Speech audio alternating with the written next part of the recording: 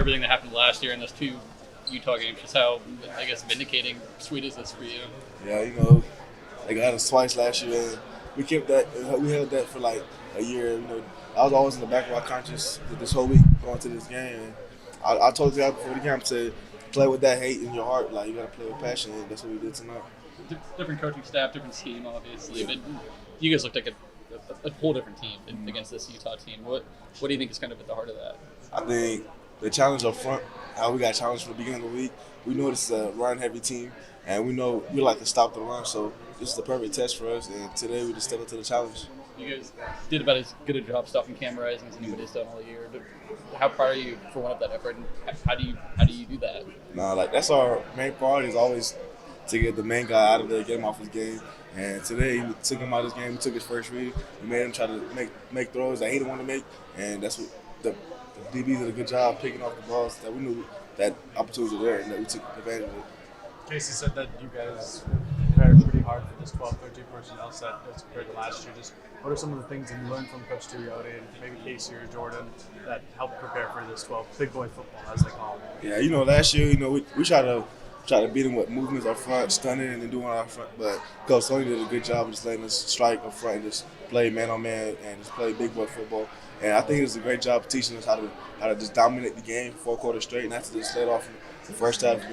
First half we came out strong, and then if we let off the gas pedal, we probably would have this result. And I'm just glad we did that.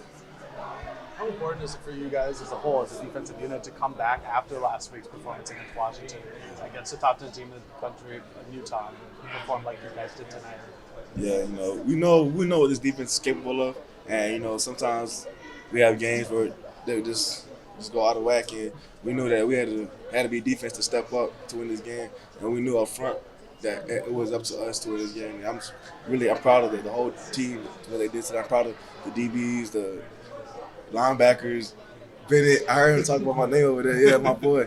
But yeah, man, we did amazing. I love it. Bennett took a lot of responsibility upon himself for last week and kind of errors from last week. What do you think it says about him to come back this week? 2 interceptions, 14 tackles, and kind of set the tone? That just shows the maturity in the player that he is, a veteran player. And we know that Bennett is one of our main playmakers, and we know Bennett can make plays. We put him back in positions to make plays, and today he did it. You guys lose them all there midway through the game, and obviously it's really important against Kincaid and those tight ends. Just how do you overcome that? I think the adjustment we made at halftime was a good adjustment. We knew that Jamal gets hands on the tight ends real fast, and we jam out the line. So the coaches told us before we were on the field that we got to take care of the tight ends as a D-line. We try to make sure we stop them from getting out to routes. We try to hold them down, try to keep them down in the blocking. So I feel like we did a good job in making adjustments today. With Nick's working back from injury this week, just from your perspective, what was that like, and how late into today or this week did you guys not think that he was going to go? I knew Bo was good. I ain't gonna lie to you. I knew Bo was good the whole week, but we just prepared like Bo wasn't gonna play. But that's how you got to do it. Everybody got to be ready to play. That's always next man up. Utah was only 1 for 4 on 4th down conversions. How were you able to buckle down in those clutch scenarios? That shout out to Coach Love in the weight room, man. Physically, I think we just fought the strongest. We were the more physical team out there. We dominated 4 quarters straight.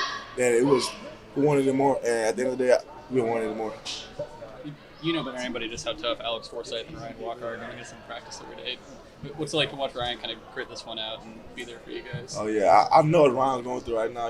He's late into the season. Your body's aching. My body's aching. Everybody in the country is aching. So it's always trying to find another way to win. How can you push yourself through that? And, we had a big why. Today we were wearing the 4 under our jerseys. So that was a good feeling to win. Was it the first time this year you guys have done that, all wearing the 4s? Yeah. Brandon, this is back-to-back seasons now where you guys have some really big loss to a top-ranked team in the country. Last year, it kind of snowballed into three losses out of the final 4 games. You guys win this one against a big team in Utah. How do you guys keep this going? How do you guys not revert to what happened last year? I think we really, our coaches managed juice. Our first loss was we couldn't allow Georgia to beat us twice, and we lost to Washington. We know that we win, we in, and that was probably our biggest biggest thing we held on to. We gotta win because we know our goals and we know why we're doing it for. You see Noah Sewell so animated on the field, and even here at the post game, he's been dancing around. Talk about his leadership and his role on the defensive squad. Yeah, man, Noah brings the juice. And, we just need Noah to be Noah, and he's been thinking a lot on the field, trying to make all the plays. But I just told Noah, just let loose and just be yourself tonight. And today he did it. He led us, and I'm proud of him.